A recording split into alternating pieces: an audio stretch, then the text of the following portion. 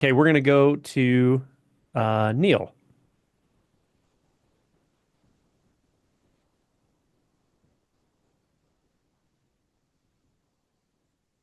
Took me a second to get unmuted, so No thank you worries. for your patience. Sure.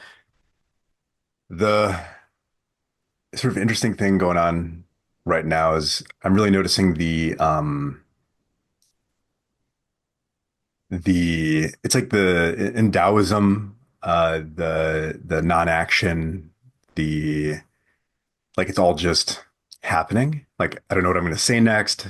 You don't know what you're going to say next, and in between there's kind of thisness that's taking place, and it just I don't know. I think I've spent most of my life feeling like I had to fight to accomplish something or hammer it out. All of the different, you know, ideas and personalities and things that you kind of like identities that you kind of try on like this is the one that will feel comfortable, will get me what I want, etc. And it takes at least for me it was a lot of the like let go or be dragged. Like there was just this sort of there's a lot of unlearning um, to get to this place where I guess it was always here. It was you always say this all the time, but this amazing kind of freedom, like it just continues to just be what it is. There's like freedom and not a chooser of like choices happening. That the mystery it just continues to kind of unfold in this unspeakable kind of way that you just can't describe that I'm like in love with. And from reading your book and everything, and I've noticed too, um, I used to work in like emergency medicine and things, and I'd bring a lot of trauma home from that. A lot of trauma from my childhood would be sort of re-triggered by this, and it was always an enormous amount. It felt like an enormous amount of work constantly to be with the pain, to be the helper, be whoever it was. But I've not done that in a while. And recently there was a car flipped outside of our house, and this time it was more of like okay, universe, whatever you need from me is whatever I will be. And went out, and it was like the easiest, most helpful EMS experience I've ever had in my life. And I didn't feel like trauma afterwards. I didn't feel like I did anything at all. Like it didn't feel like afterwards, like there was this feeling of pride or anything like that. And I just went back inside and kept cooking. And I remember, and it was very, I guess this is a lot, but to get to maybe like a point, it's just something like once this process is sort of taking control, I'm working through a lot of trauma right now, and a lot of stuff is coming up. Does it? It feels like the inquiry work is a lot less verbal, like in the thoughts, like asking the question, like where am I? All of that stuff. It doesn't seem to find anything. But the inquiries become very like incredibly subtle. It's like, oh, there's pressure here, there's tension here, and it's like a non-verbal inquiry. And I wasn't sure if that made sense or if you had any pointers of how to again, it's kind of doing itself, but like feel through that path. Um, it's kind of a vague question, but I hope it No, makes that's fine. sense. Totally get So it. Yeah, so well, what you just described beautifully to anyone listening is the freedom that is afforded when the sense of agency is seen through and realizing like It's just really spontaneously unfolding. Everything is, always has been. It's very simple. It's also freeing though, as a sense of freedom, because what's not freedom is being stuck up here all the time, going, should I have done that? Shouldn't I have done that? What am I gonna do next? I have to keep all this stuff afloat. Like I have to, I only have so much time. Like it's just endless, endless, endless, endless, and our bodies are reacting to it, right? We actually have physical reactions to our own thoughts about time and doership and all that. So it's really freeing when that sense of agency drops away. And that's great.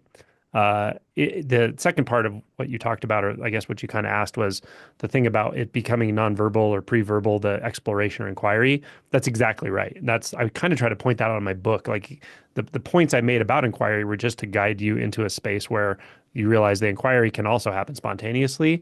But it's definitely something. Something's exploring all of these little experiences, and that's actually a better way of what I was saying to somebody a few questioners ago about like deconstructing. It's not really something that you make a big project of, but like if there's a sense of selfing, whatever that is, it's like just let the inquiry find all these little aspects, and that's how it feels. Where the closer you look at anything, in my experience, the more nuance you see in it, and the more you can see through something that's trying to collate it into one thing, and that's why contraction feels like it does sometimes. It's like there's actually a lot going on here. Just look closer at it, feel into it, and it will become obvious. And then that becomes its own sort of self-perpetuating exploration out of curiosity, love, simplicity, and non-reactivity.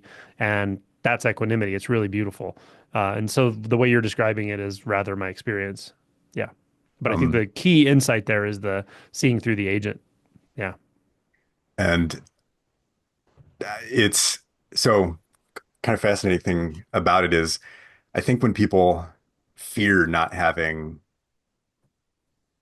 agency, it's like they're going to be like that they're stuck inside like a puppet that's doing things. Right. And that, yeah, that would be like scary. That's like struggling with PTSD and trauma, when I struggle with dissociation or dissociative kind of stuff, it feels it's kind of like kind of what's the Get Out, the, Mhm. the sunken place or whatever. You know what I'm talking? Yeah. Okay, so Yep. sunken place, that's more it's like the opposite kind of. Yes. It's this is there's no one that is that could be in the puppet, and the pup like, or it's like the body's just it feels, again, it's hard to describe, but it feels more. Have you ever seen pour painting, where they take like acrylic Yeah. paint and they'll like pour it? It's almost like the body, emotions, everything is just kind of blooming and blossoming at the same. It's all just this, including the hands, the Yeah. visual field, the senses. It's all kind of just this blooming and going, whatever. I don't know. It's just there's nothing scary about it. In fact, it feels more like infinite trust. Like, okay, universe, like I give up whatever. There was a some points I remember where it was like working with people that were dying, brought up a lot of like hospice stuff, friends going through passing and things. There was a lot of this, almost like the self mechanism can get in the way here and make this about me, or I can just trust the universe and surrender and let that go and let all of this just flow the way it was always going to go, and the way that feels like normal. Like it Hmm. feels, and this is so strange because Natural. yeah, like I've used psychedelics and I've got all this stuff, but there's an incredible normalness to this. It's like, oh, this feels way more normal than anything else I was doing. And earlier when you had mentioned that like you lose the ability to dissociate, like or to like go into a self structure to like block. Like Hmm. I used to use my imagination all the time, not just for creative work, but which I love, but as like, imagining other lives and like an overlay, especially as a little kid, to try to create like, I think like a safe, controlled space from trauma, and completely losing the ability to do that definitely takes some adjusting. And you can, I've been doing a lot of somatic work, EMDR as well, which so solid, but it's incredibly physical. Like it almost becomes more physical than anything.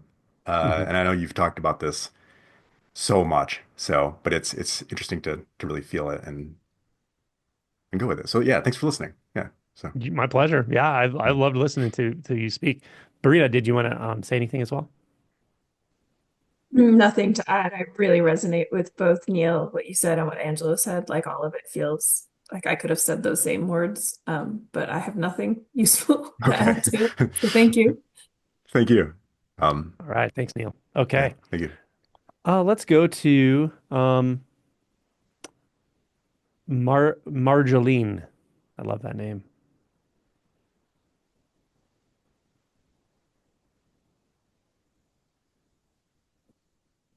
Hi, Hello. hello from the Netherlands. So don't watch my English or hi Angela. I just wanted to let you know how grateful I am for your videos. I came to your videos I think 3 or 4 months ago, and after that everything makes sense. The whole path or Butler's path, but you know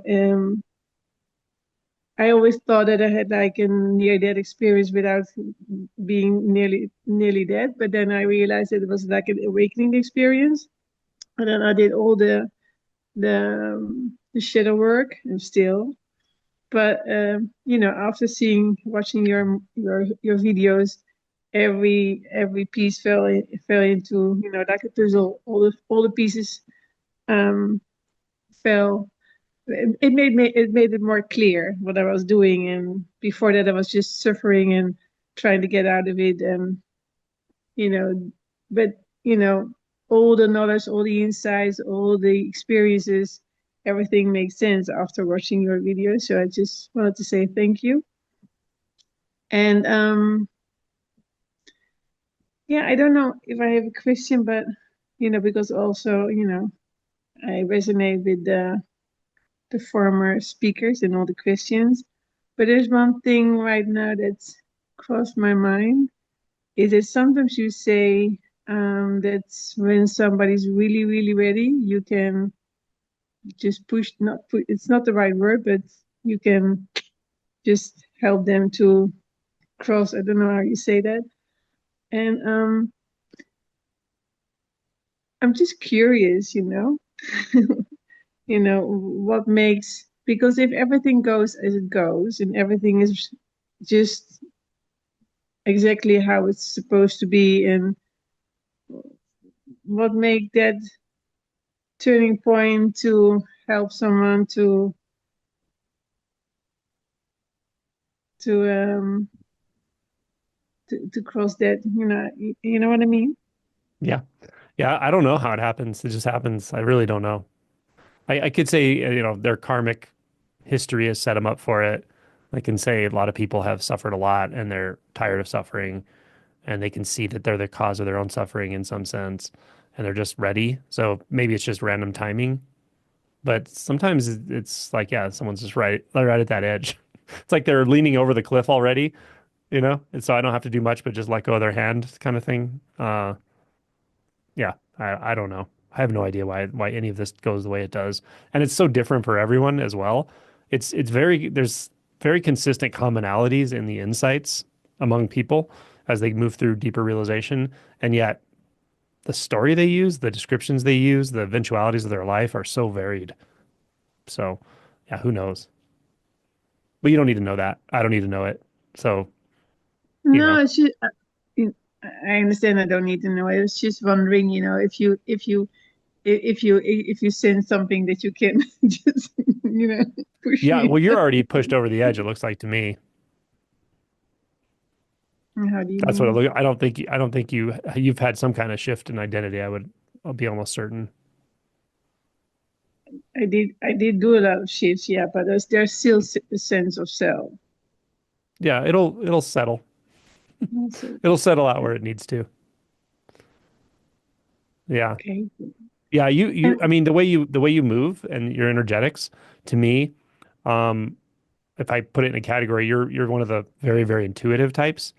Like you wake up through intuition, and that's often about as rapid as it gets. I don't know why people who move intuitively don't necessarily intellectualize anything about any of this process. They tend to wake up fast from what I see, but I don't really see fixation in you. So I don't really, unless you have a specific question, I think it's like just do what you're doing and keep not doing what you're not doing. the only specific question what's rising right now after what you just said is that I have the tendency to address things because I have like a clear observation, or how do you say it, clarity. So, and for me, it's normal because it's like breathing, it's like air, it's like energy, I can just, for other people, it really can be very confronting. So I had to learn the hard way to not always address, but sometimes in friendships or relationships, or then it's hard because then it's like is there like an identity by addressing it because it's just a thought, or you just let it be and just let it with the other person, but sometimes it doesn't affect me, but it's just not anymore. It used to affect me a lot, but um it's more that I don't find them really friendly towards me. I would say And then this. Oh, go ahead. Sorry. no, it's fine. Yeah, I would say, I mean, I can't answer that question. I was talking about this exact thing to somebody recently, but um, when it comes to like revealing things about people to themselves, showing them things about themselves and so forth, I do it 100% permission based. So Mhm. I don't offer it unless people ask, almost ever. Now, if of course there are nuances to everything. If you're in a domestic situation or a partner or someone you're working with, and something is coming up that's not just like, oh, I sense you have some repressed sadness, but behavioral, challenging thing, something that you feel should be addressed, then address it. But I would address it from the standpoint of, you know, just owning your own experience and saying, yeah, this is how I feel. This is my experience of when you said this, I had this experience, kind of just owning your own experience and being Mm. vulnerable about how you feel. That usually works the best in general. But as far as like, looking at someone and going, oh, I can tell they're repressing so much and they would feel so much better if they could just, Mhm. like I would never do that anymore. I've done it, I've tried and stuff, but I wouldn't, in my distant past. But even now, even if I'm working directly with someone and our interaction or our relationship is actually based on nothing but them waking up, even then, I don't always assume they want me to point directly. I'll even ask because there's a dynamism to it, and people can be way open to that sometimes, and other times they may close down and they can't take too much right now. And so I still gauge where they're at all the time of whether I should even respond in a direct way or just listen to what they're saying and let them process and not comment at all. Does that make sense? Yeah, that makes total sense. But that was not the question. I don't do that anymore. In that sense, even when they say they're ready, because I do coach sometimes. But then if I feel that they're not ready, I won't do it anyway. No, it was more about addressing my own feelings. How it made me feel. And sometimes it feels like, why should I do that? Because I don't know. There's some blocking, something blocking. Maybe I'm still suppressing my own personal feelings because that's the personality. So there's like Hmm. that mixed up, Hmm. but from the Hmm. personality point of view and from a conscious point of view. Yeah, I guess the one litmus test for that is if you feel inclined to address something, as you put it, with someone, you can ask yourself, like, what is my motivation? What am I actually hoping to Exactly. get out of this? Right? Do I want to change someone? Do I Mhm. want them to stop doing something that's making me uncomfortable? Do I want to communicate something vulnerably? Like you can just ask yourself, what is my actual motivation? What do I hope this will result in by me even communicating this?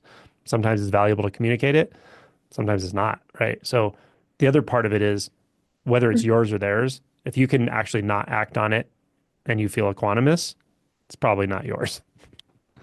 If you feel like really, oh, I got to say something, I need to do something about this. This is a big problem. There's definitely a component of it that's your own stuff, probably. Yeah, yeah, this is exactly what I was trying to ask because this week I had like a conversation with a friend, and then this came up for a couple of times came up, and but I wasn't fast enough, and then now so it's like, and then I got stuck in my head, but then finally I got rid of it. It was like, okay, this is just thought. I just be with it, and I just went back to this how do you say that, to my body, and sense the pain, and just cried, and then it was quiet again. Hmm. But so I'm just doubting if I have to share my feelings, what it how I am affected or not. That's from Well, yeah, I like but that I approach. yeah. Like I just sit with it for a while, just see and it may come to a that. place that's there's so much resolution. You're like, why did I even think I needed to say anything? It may not, but it may. Yeah. Exactly, and I will see next time. If it happens again, then. Or maybe Right. it doesn't. Maybe it's just a mirror for suppressed emotions that's still there. That were, I don't know. Awesome. But really nice talking to you. Yeah, yeah. So Nice yeah, talking to you. All right. Very cool. it's really, yeah. I'm really grateful that I had the occasion. Thank you so Thank you. much. Okay. We might swap back and forth with Barina and myself because we have a lot of hands still and I want to get to people. Um, let's go to Federico. Hey, Hey, hey, hey. how are you, man? I'm doing good. How you Um, doing? yeah, good. Like, it's always good to be here. Um, of course, there's a lot of moments of badness and some moments of goodness, but I think I've touched a lot on emotions and on the always wanting to be present before. So today, I just want to ask something about thoughts and observing thoughts, because I feel like I never touched on this, but this is like a huge thing for me because I've had like OCD in the past and intrusive thoughts, and like I've worked a lot on it, and like I don't think like now when I observe thoughts they really cause trouble. I think they only cause it when I'm not noticing it, but it still feels weird to observe thoughts. Like I don't know if I do that correctly because it feels like almost like when I start observing them, like I'm actively doing something. Like I start to think. I don't know. It's weird. It's like because I'm trying to observe them, I'm creating new thoughts that weren't there before. So, for example, I may be going through my day just I don't know walking and thinking about work, and then I suddenly realize, oh, I can observe my thoughts, and what start happening is a bunch of new thoughts are created about, oh, I hate this, I hate my job, I hate life, blah blah blah blah blah. So it feels like I'm doing something when I observe thoughts, and it's so weird because I don't know how to not do that, and they also feel like I have to like separate to observe them, like I'm actually imagining something to be able to observe them, like imagining like I'm pulling back from them even like to see them or to hear them, and that is like a whole like component that I get when I observe thoughts. And there's another completely different one which was actually my first one, like when I first like, well, not the first, because at first observing thoughts was really difficult, but then it got to a point like years ago when I immediately as I started to observe any thought, like my mind would just go completely blank. Like I couldn't even observe the thought because it was completely gone, so like immediately. And I started to wonder, like, am I doing this correctly? Like I can't observe thoughts because they just vanish like immediately.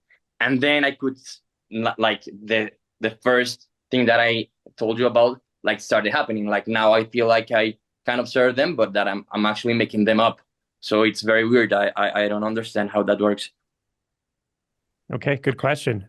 Hey, Barina, you want to go for Yeah, it? I'd actually love to speak on this one because I spent a lot of time wrestling with this a few years ago. And this is like this is hinted at in Dzogchen stuff.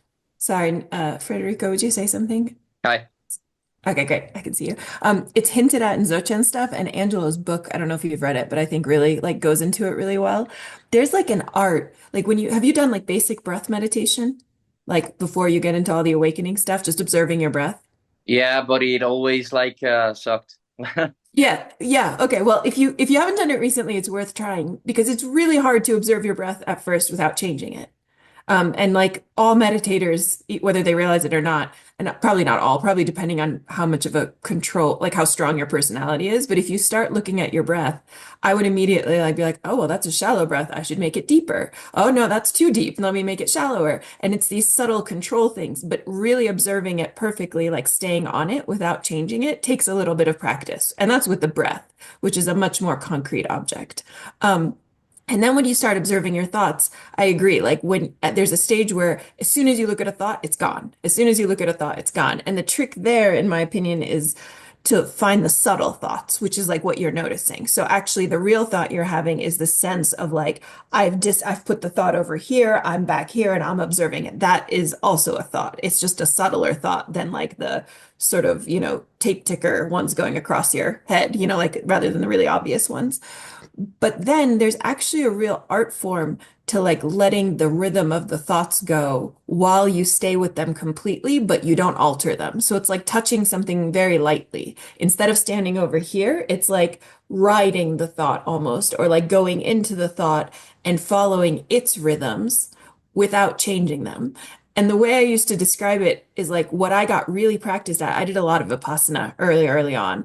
And so whenever I kind of like came to presence, it would be like setting off a nuke. Like I would just annihilate everything for a minute and it would just be like, oh, I'm here. And it was like, and I started thinking it's like outside in my yard, there's all these bunnies and squirrels. It's very cute. It's like a Disney movie, right? And it's like every time I came to presence with that scene, it would be like I set off a nuke and I like wiped all the bunnies and the squirrels off the face of the earth, and there was just nothing. It was just big silence. And I'm like, instead of that, I started to get the feeling like we could just have the sunrise slowly so that like the bunnies and the squirrels are illuminated, but it's not like I've nuked them. Like I haven't annihilated them with my awakeness, which is what it felt like for years, So instead it was just like awakeness, like sun coming in, and you're not disrupting the bunnies or the squirrels, which are your thoughts. You're not like whacking them aside. You're not like choking them or changing them into other ones. You're just seeing them. And when the sun comes up, you don't just see the bunnies and the squirrels, you see like the little ants and the spider webs, like you see more small things, like delicate things. And those are some of the other thoughts, I suspect. It's not, I doubt you might be creating new thoughts, but you're probably seeing the underlayer of the like, oh, I hate my life. I hate the whatever. That's like the more subliminal thoughts that you're having. And those are fine too. Those are no more of a problem than I have to send this email or I need a coffee or whatever. So you can illuminate like all of them. And that's a lot like trying to watch your breath without changing it. But you don't have to like, that's a really transcendent move. Like I'm here, they're there. As soon as I look at them, it's like a laser annihilating them. And it's, like, and it's just, I don't know how else to describe it other than you can like kind of incline towards the other one, like incline towards the sun coming up or like watching the wave of thoughts, but not disrupting them. And I think you can get it if you just like realize that you're just in a stage of thought watching, I think, and you can move into the next stage with just some practice. Angela, what do you think about that? I know we're going to alternate, but I'm curious if you have a I thought on think you're what I right on the said. money. Yep, that's exactly it.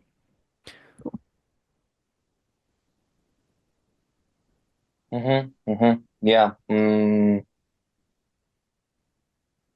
You can watch it back too on the recording, what she said, and hmm practice, sit, do that, and then listen. Because what she's describing is exactly, I use different words for it, sort of, or I talk about it in different ways, but it's exactly what she's talking about. That you you may even find your own descriptions for how this works. But once you realize how it works, you can always drop right into that, especially meditatively. Yeah. hmm And about that, like, whoa, like distancing and watching and listening from a distant place, like, is should I just notice that it's just a movement of mind that I'm trying to do, and that's it? Just notice it? Yeah, you notice that that's just one of the bunnies, Yeah. right? But your conscious experience of it is the sunshine illuminating everything.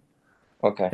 It's illuminating everything, and one of the things it illuminates is the sense that you're pulling back from a thought or something like that. Yeah. Okay. Yeah. Yeah, there's like a balance between the particular thought and the kind of sunshine that's just slowly kind of revealing everything. Okay. Okay. Thank you, To use guys. the bunny and squirrel analogy. Yeah, you're welcome. Yeah. Yeah. Thank you. Okay, let's go to Herod.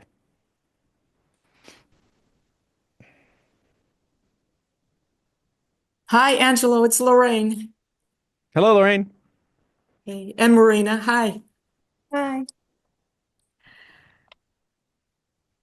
So, I've been doing a lot of inquiry and shadow work, um, just a lot in recent months. And along with that, there's a lot of a naturalness, like going along with whatever is being presented in front of me, of just going with it. And it seems like choices or the idea of choice or opinions or preferences that seem to be like nicely dropping away, which is really cool. One area though, as I that comes up with the reactivity is and now it's coming clear. It's issues and beliefs around abandonment and rejection. And this has to do with relating with friends, family. And a nice, I think, realization or something happened just last night, because this has been going on and on and on, just with this one area of reactivity. And one thing that came to me, it was, where have I been abandoning and rejecting myself? It's like, oh, okay. So then I'm writing this morning. All these things were coming up, of just unfolding, all this. And then now it's just, and all these discussions have been beautiful. And so some of this, okay, it's a judgment here. Some of this could sound discordant, this could sound disoriented, whatever. But so now it's like, well, is there one that could be abandoned or rejected? Is that something I just made up and I'm just holding on to? It's like this memory. It's kind of tricky because I do tend to enmesh with others. Yeah. But then on the other hand, a lot of, like I said, the opinions and the choices, like I don't care if we go here or we go there. It doesn't, yeah. It's like, yeah, maybe I have a preference, but I'm not stuck to it. It's like, let's see what happens. It's like, do you see? I don't know if I'm making any kind of sense here. Anyway, so any thoughts that you have on that? Yeah, I would say the simple distinction would be, in my experience, what does your body feel in the moment? So if it's like we could go here, we could go there, I don't have a preference, check in with your body. If you really don't, it doesn't matter. But if it's something important let's just say, I'm not saying this is you at all, I'm just giving an example, maybe through people pleasing, I actually do have a preference, but I don't want to confront someone who can be challenging, so I'm going to not say that I do. Check in with your body, you'll feel that for sure. So use your body as a gauge for Yes. more and more things as you go on with this process. You'll learn to really be attuned with it. Mhm. Cool. Thank you. Thank you. Good to see you. Okay. Let's go to Zirkton.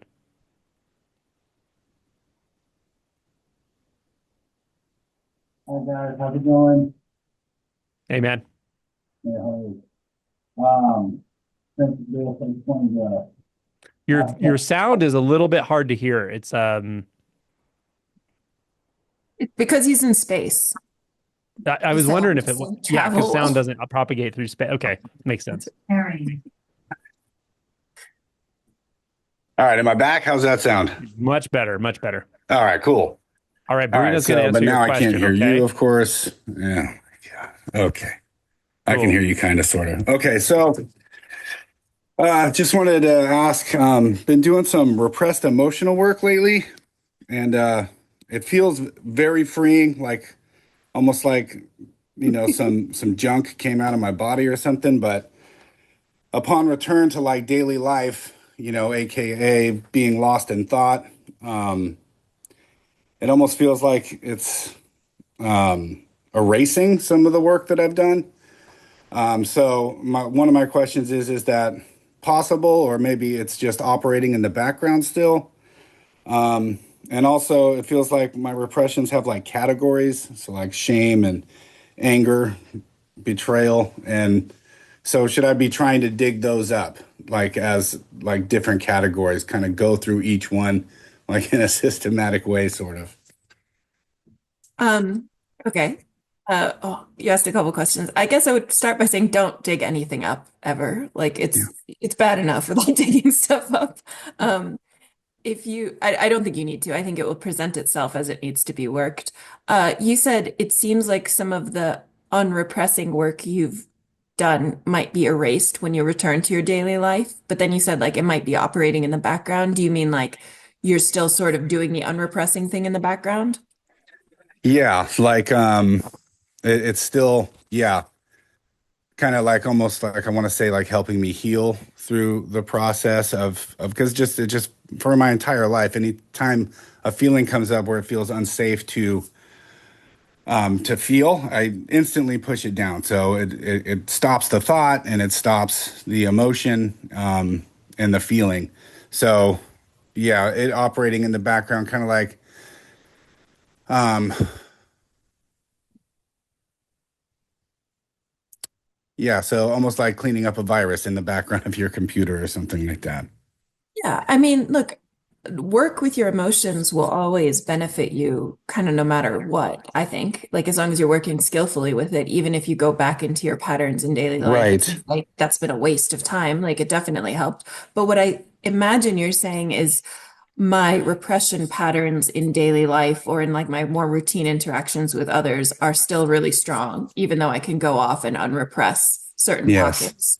And that's again, that's true for all of us, right? Like I can go on a retreat and like unpack a million things, but if I come home and I'm talking to my daughter or my partner, I'll still have the same patterns largely that I did when I left until I undo those. And that I think Right.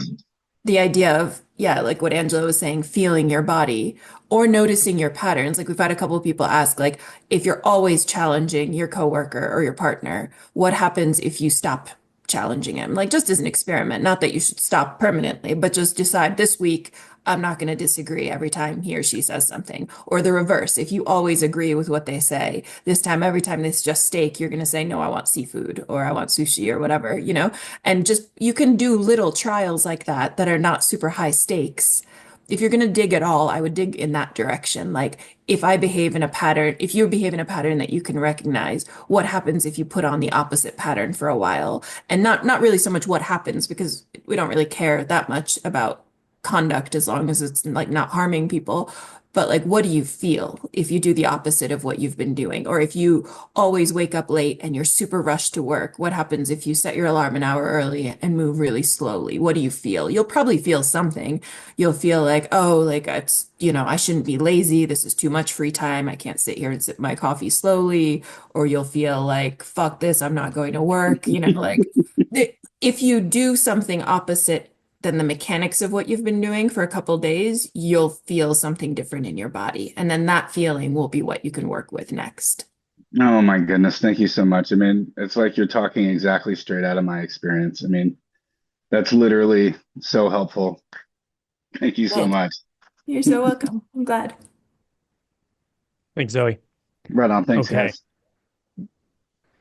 All right, let's go to Monique. Hi. Hello. Okay. I'm just trying to figure out where I am. Okay. It's my first time on one of these. Hi, everybody. Welcome, Uh, welcome. I joined your channel as a regular member, and then I went to this level. I love your stuff. I'm reading your book currently. Make a short story here. A few years ago, I I mean, I grew up with all the trauma stuff, a very narcissistic, vain mother in a big house with lots of kids, whatever, who wanted me to be a certain way, and I didn't fit her idea of me. So I felt a lot of repression. And I think anger and sadness. My parents got divorced when I was really little, and my dad was very supportive and wonderful, and my mother always was the one who wouldn't accept me. But anyway, fast forward, a lot of failed relationships, marriage, 3 kids, unhappy, and then divorced, more failed relationships. And then I met somebody when I was like, I'm 62 now, but I met somebody when I was 53 who came in, and I felt like he was like, the soulmate thing. I'd never met anyone who I, felt like that way about ever. And I felt like we were so much alike. It was crazy. 2 years later, he bolts out of the blue, and then I crashed. So I think, intuitively, I'd always had a lot of things happen that I felt were like, when I was a kid, I was always out in the woods. I was always by myself. My parents got me into counseling when I was really little because I loved my own company. I loved being alone. I loved being by myself. And then I felt like I was kind of forced to make friends because they felt I was weird or something. I don't know. But anyway, this guy comes in, he leaves, and I hit a bottom, and I started seeking, right? I was reading. I read The Power of Now. Someone had told me about that, and that started a huge shift. I started feeling like getting present and realizing some things, and there was shifting. And then I was reading every spiritual teacher out there. I was, going down the seeking path, seek. And I felt like I was making little shifts, and things were starting to change. And then that lasted about 2 years. And then I came across non-duality, and there was a uncompromising teacher whose video I watched. And I don't know, something happened, like within a day or two, everything changed. I noticed everything was different. And that's all I can really say about it, is I felt like everything was the same, but different. Like the colors were more vibrant. Like I felt things that had fallen away. And it was what I guess you would call the honeymoon period, because that went on. I mean, relationships changed with my kids. Everything was different, and the same. But I was so peaceful and happy and like non-combative, and I don't know, everything just seemed the way I remember it as a child. But then, like you talk about, that lasted a good while, at least a year or two. And then it started, like, I noticed, like, I felt like I was shifting the other way. Like I was going back in some ways, like, just little things were coming up, and I'm like, wait a minute, I haven't felt that way in a long time. I haven't felt insecure or this. And I guess, in reading your book and realizing, being, for lack of a better word, present or conscious, it dispels a lot of that. And I feel really peaceful a lot. But what I have noticed is the anger part. Like, I don't catch it. Like there are certain triggers for me, like, the election really triggered me. And I think as a child, I have this thing about fairness. Maybe I felt like life wasn't fair early. I don't know. Like when it comes in, I try to sit in it and feel what makes me feel so angry and anxious. And I mean, there's no definitive answer, because I don't feel like there's a personhood anymore. I don't feel like there's a me anymore, but there's still these conditioned feelings that come in. Like sometimes like a betrayal can make me, where before that, for a couple of years, that wasn't there. And now it's all coming back. And I'm like, damn, man, it's almost like what Verena talks about. I hope I pronounced your name right. Being stuffed back in the teapot. I was laughing when she was talking about it, because that's exactly what it feels like. Like you're being sucked back in to the matrix or whatever. But just like, any thoughts on, I guess I'm trying to catch the anger as it comes in. I'm not trying to push it away. I'm trying to feel through it. But it's still, I mean, I think it is getting less. And I think I'm feeling more like I did before, when I was a lot more peaceful. I noticed being outside helps, in nature. But the anger thing, I still think I am, what is the word? resisting that, and I'm not feeling, I don't know, any suggestions on that part of it? Because it doesn't really affect me emotionally that much, but it's still something I think I'm resisting. Yeah, for sure. Uh, I think it's reasonably common. It's not to a person, meaning I definitely know people who are deeply realized who their primary mode of emoting is anger, has been anger, and they don't necessarily act unconsciously on it, but they know that fiery energy of it. But I think that's the more the exception. I think it's very common in people who are interested in waking up that we're very sensitive people. We tend to, if anything, be uncomfortable with anger, maybe even repress it, right? But it's an important emotion. I understand the whole thing about having a really beautiful honeymoon period, and then, as I wrote in my book, then you feel rather unenlightened. Like, and the way I might break that down, what that's like is that the clarity of the realization is still there, but it's like Brina said, it's maybe kind of in the background, and the peace that came with it is not constant. It's like sometimes it feels peaceful, other times it actually feels rather intense, and the intensity is almost always emotion. Emotions are felt more directly than they were before the shift. And that's okay. They're energies, and that's natural. The question is, do you react to them, and or are they processed appropriately, inappropriately? Do they come out, unconsciously? And those sorts of things matter, and you will investigate that one way or another in deeper realization. So with anger specifically, a couple things I would just give you to look into. One is it's really, anger is all about boundaries, right? So it's really important to look at, like, do you allow people to violate your boundaries in any way at all? Or do you violate your own boundaries in anticipation of other people doing it so that they can't? You could call that people pleasing, right? For instance, Right. that's just one. So looking into that more, because anger comes when it comes. It's not like they're constantly, like, you maybe couldn't pull it up right now. Maybe you could, I don't know.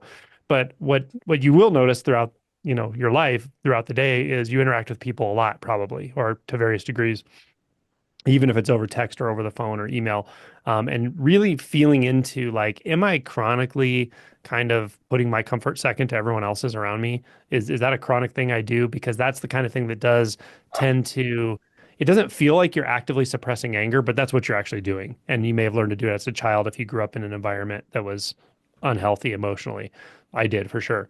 So learning to be more clear with your statements of boundary, even if it's not something confrontational, but it's just a little adjustment in the way you communicate with people, about what's important to you, what's not important to you, what you're willing to do, what you're not willing to do, even looking at the language you use as an ongoing practice. I think that's all very helpful stuff, so that it doesn't build to the point where it has to come out unconsciously, and either unconsciously or it's out of control, right?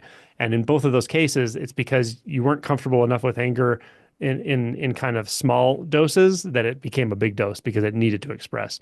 So that's my inclination to tell you where to kind of look a little bit. Thank you. I'm not really having a problem with relationships with anger or feeling like a people person anymore.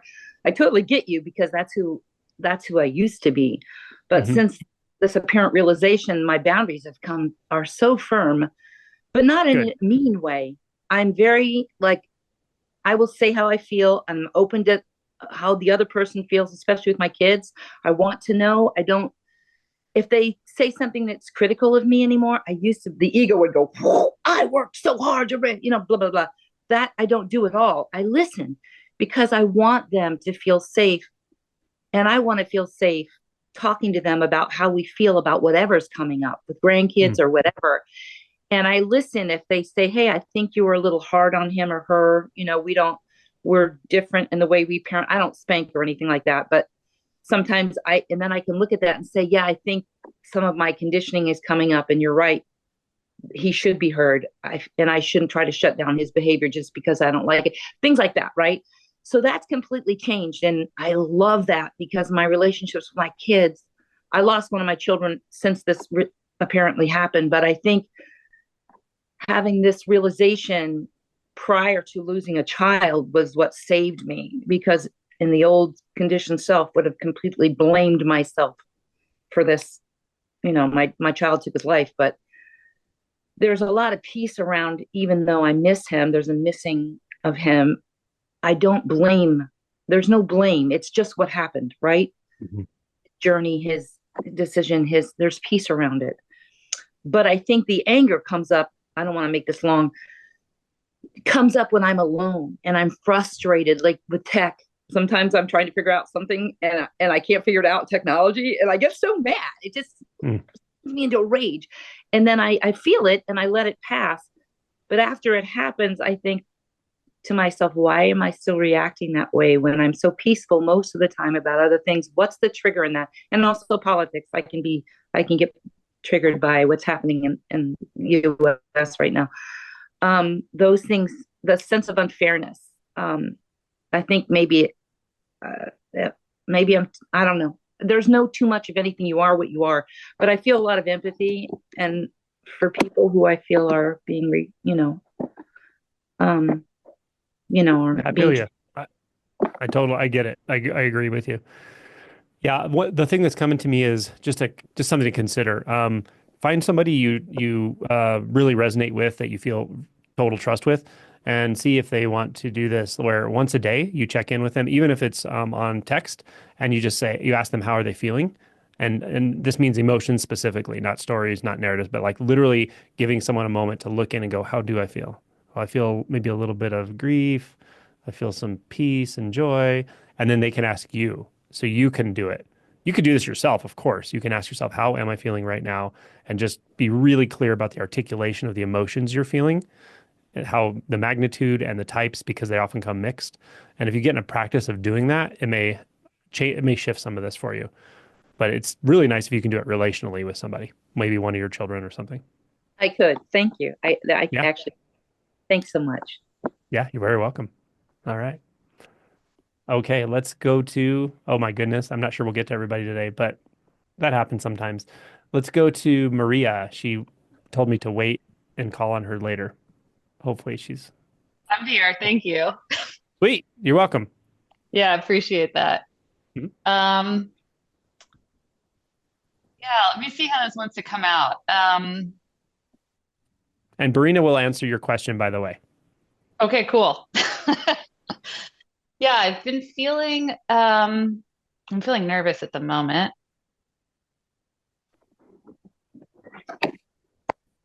Something that's been coming up more is like this organic interest in the non-dual visual sense, and that practice is kind of like percolating a lot lately. And it feels like something's loosening. Like if I check in with a here and I check in with a there, it feels rather mental, but it also still feels like it's happening. And I'm also noticing like the body changing, like very slight like muscle contractions from like a here versus a there. And I'm trying to sit with it. I think like I'm kind of looking for any kind of pointers here, because something else that's popped up in practice lately is a recognition of the wanting realization to be faster than it is, like wanting the non-dual insight to be there, and then like seeing that and softening it, like, oh, that's like I've been using the phrase like that contact is innocent itself, like that wanting is innocent, and like that softens something in the body. So there's like this layer of seeing the will popping up and softening towards that. But there's also this like natural desire to do things. So maybe that gives some kind of fodder for you to respond to, Verena. But yeah, there's like an earnest curiosity, but also I'm seeing the will pop up, and there's trying to like a soften and be receptive to that too. Yeah, thanks. I think that's really well articulated. I think what you said about that wanting being innocent too is a really, really good pointer. And I actually think some of the worst advice I've heard on like YouTube non-duality is like stop seeking, or like you have to stop the seeker or whatever. Like you can't stop the seeker any more than you can stop having to pee when you're gonna pee. Like that part's not up to you. You can like decide not to seek, or you can decide to judge your seeking, or you can decide to seek your face off or whatever you want, but you don't have any choices at the level of impulse. So seeing them is great. Softening is great in the sense of just being like, yeah, that's another thing that's happening. Like my nose is itchy and I want realization to be faster. Like they're the same type of thing. So like having the perspective of not taking them seriously, but not taking it seriously, like being dismissive or disparaging towards it, just realizing that it has exactly as much like meaning or oomph as like, oh, and my nose is itching. So like kind of equalizing all the preferences and urges that are coming up as being like somewhat similar, like somewhat um they're not, it's not like some are worthy urges and some are unworthy urges. And Yeah. because you can't get rid of the will, right? That would be a massive exercise of will to try to get rid of your Well, will. yeah, and that's what I realized was happening. Um, but so in a way of like it, and I know something is kind of off here because it feels intellectual, but I'm like, okay, well, if I look into that and like it does soften, there's something in the mind that's like, well, that's like the cheat code now. Like, or similar, if I have like an emotion, it's feeling like the resistance, and if I like allow it, like think about it expanding, it gets softer, and now I'm like, there's a doubt thought going there, like well, maybe now you know that and you're trying to control it in this like other way. Does that make sense? Like, so I'm like, I feel like it's like wrestling with itself on like a bunch of different levels. And I guess I'm getting confused maybe a little bit, or just want to make sure I'm not off base. You're actually just seeing like the nature of mind. Like that's what it Yeah. does. Like it's like two really annoying lawyers arguing with itself. It's like, oh, well, we want Yeah. awakening. We want the next awakening. And it's like, oh, you can't have it. Stop wanting that. And this one's like, okay, well, what if I relax? Aha, I've got it. And the other one's like, now you're never gonna get it because that's like a meta trick to get it. And it's just like, Yeah. they're fine. They're just yapping at each other. And like you can see it, but Hmm. neither of them actually are touching the process, not in any real way. Like you and your awakeness has something to do with it, but even that is like very, very hard to articulate, like what it has to do with it. Like seeing it is always better than not seeing it, like being present with it is much better than dissociating from it. But neither of those is a problem. And eventually you'll get a third one that tells you like you're really bad for wanting to speed this process up, and that'll definitely slow it down. And that's all fine. Like none of that is a problem. You just see them. They're like a bunch of little kids on a playground shouting about like their fire trucks and stuff. Like it's all fine. And that's all mind does. And like that's all mind does on psychedelics to some degree too. You know what I mean? Like it finds things, it reflects on it, it takes a position, it takes the opposite position. And actually there can be a real relief that comes once you see how unfucking reliable the mind's position is, because it will always argue against itself. And you're like, you're a terrible lawyer. Like you just switch sides again and Hmm. again and again. And like that actually tells you something about like view or like where it likes to stand, and how fake that is. But you can't really rush that. You can just watch it over and over again. And eventually you'll lose trust. You, like whatever you are, will lose trust in its like ability to think its way through anything. And it'll still jabber for a while, but it won't really matter. It will be like kind of cute and harmless. Yeah. That aligns with what's been happening. Like it's getting cuter. Yeah, good, good. It is pretty cute, like it just does that. Like grasshoppers hop, the mind minds, like it's kind of cute. As long as you're not expecting it to do something else.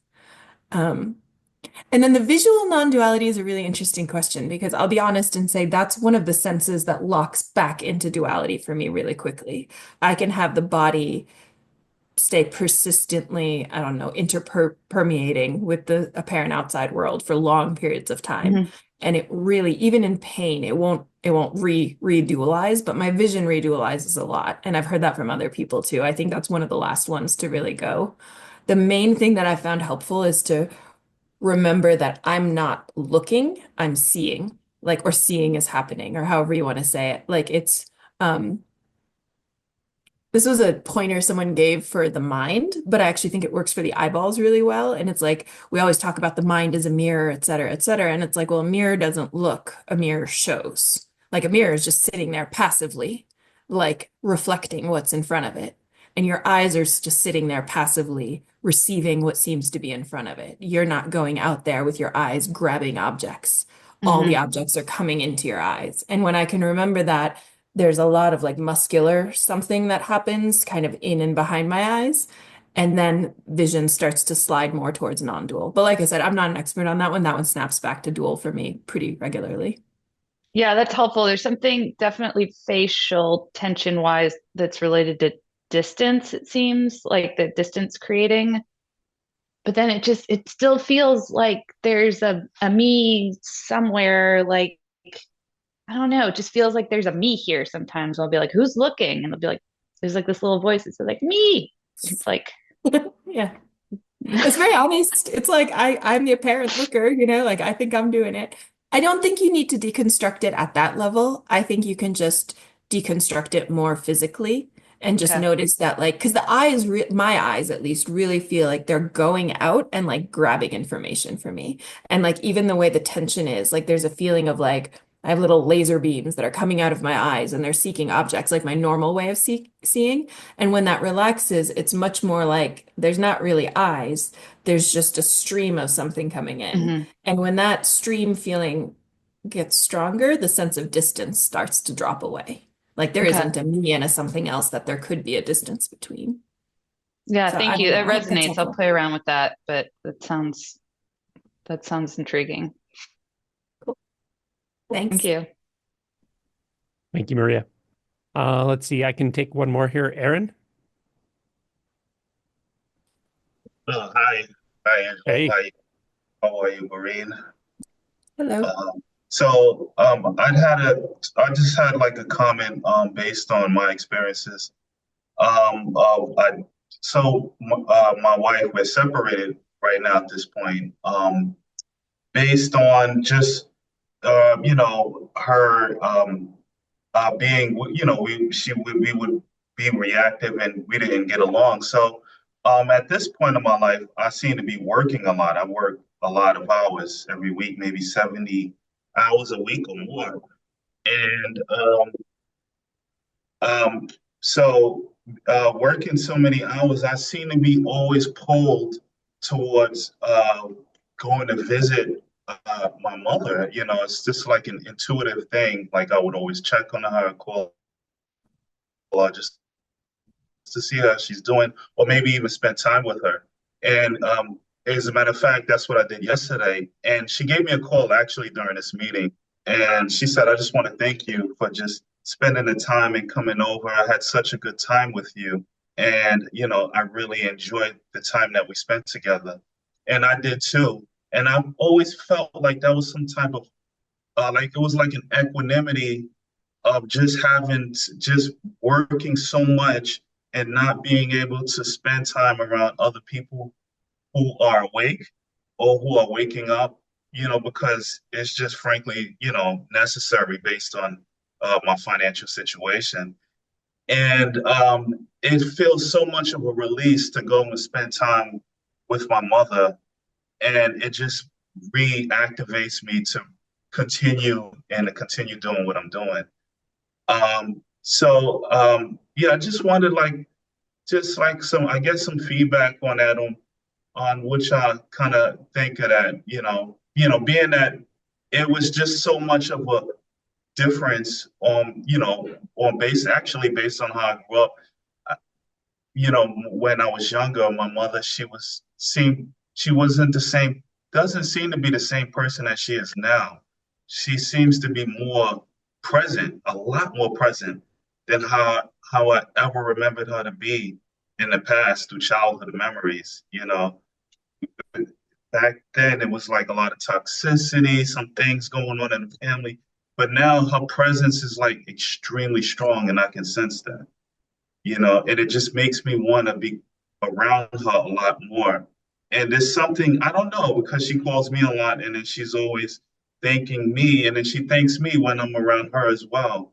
And she's a Christian. She goes to church, she religious person, but I just sense the presence in her, and it's really a relief based on just working so much and just the things of being around unconscious people, of just being around her. It's a feeling of, I guess, equanimity, of being happy. And I don't want to say preference of being with one person and not around another, but it just feels like a feeling of balance in my life. And I just wanted to know what y'all think about that, on that like a feeling of just balancement of, of opposites and things like that, or just of equanimity of just streamlining through life. Um, Hmm. Yeah. Well, first of all, I'm really glad she has you. I'm glad you have her. I also can tell you in my own experience, both my parents became way more present later in life. But for my father, it was when he was close to the end of his life. Within days, the amount of presence coming through was awesome. It was just so beautiful. And I could feel him releasing, like letting go. My mother, it's like more slow. She's still alive. She's in assisted living, and it is true that I find more and more she is more present, more simple in her approach to life, and that it makes it generally more enjoyable to be around her. But my situation's mine and yours is yours. I'm just really happy for you. I think it's beautiful that you have that deep, profound connection, and you both are enriched by the presence of each other. I'm sure, I think I told you before, I'm sure others that you come into contact with feel that from you as well. But I'm just really happy for you both. okay, okay, yeah, thank you for Yeah, that. It's you're welcome. Yeah, it's a really enjoyable experience, being around, especially, because there's so much tension in the workplace, and then just so much just unconscious, being around unconscious people and not really being around too many people that are awake. But it seems like in the case of, my mom, she, even though she's seems to be a religious person, she has that presence that you can it's just streamlined through her, whether she sees it or not. Like next week, she's having a garage sale and she's just really excited. She said, yeah, if you could spread the word about the garage sale and let other people know, and, it'd be great. And I said, yeah, I'll stop by and come by and visit and see how things are going. But it just brings sometimes when I'm as I work, I have like these feelings of sadness that I just try to be with, just because I feel like I don't have enough time to spend around myself to really to be alone, to really have time just to kind of just to uh, uh, deconstruct, and just to relax around from being around so many different types of people. But when I'm around, people like my mom, it does that for me. Even though I don't meditate as much as I would like to, or just being in life alone is a meditation, and then just coming and realizing that the true self is a real meditation. But she seems to be like a help for me to kind of like level things out, whether she knows it or not. Beautiful. And really, I don't think she does know it, but just her presence alone is just like really levels and brings equanimity and peace. Mm. Oh, that's awesome. What a blessing. Did you want Mhm. to say anything, Brina? How lovely for you and for your mom. I think that's beautiful. I think that's like a gift from reality. We were talking to Anna before about finding people with being and with presence, and like that you found that it's in your mom is fantastic because you're probably going to want to spend time, you'd want to care for her in some sense anyway, and that she's got more presence than anyone else around you feels just like a huge gift from reality. So enjoy that. Yes, thank you. Thank you. Thank you. Thank All right. Well, thank you, everyone. And thank you, Barina. I really appreciate you being here. And we will see you all next month again. I'll probably cut this in two because these are so long. I usually make it into two episodes, but it'll release over the next week or two. And thanks, everyone, for your questions, your vulnerability. And again, thank you, Barina. Thank you for having me, Angelo, and thanks everyone. You guys are beautiful. This was wonderful. Thank See you. y'all. Thank you. You're welcome. Thanks, Angelo. Thank you. Thank Thank you. Thank you. You're welcome. Thank you, Angelo. Nice to Yeah. see you. Thanks, Angelo. Bye, Didier. Yeah, thank you. Thank Bye-bye. you. Bye. Many thanks. Very welcome.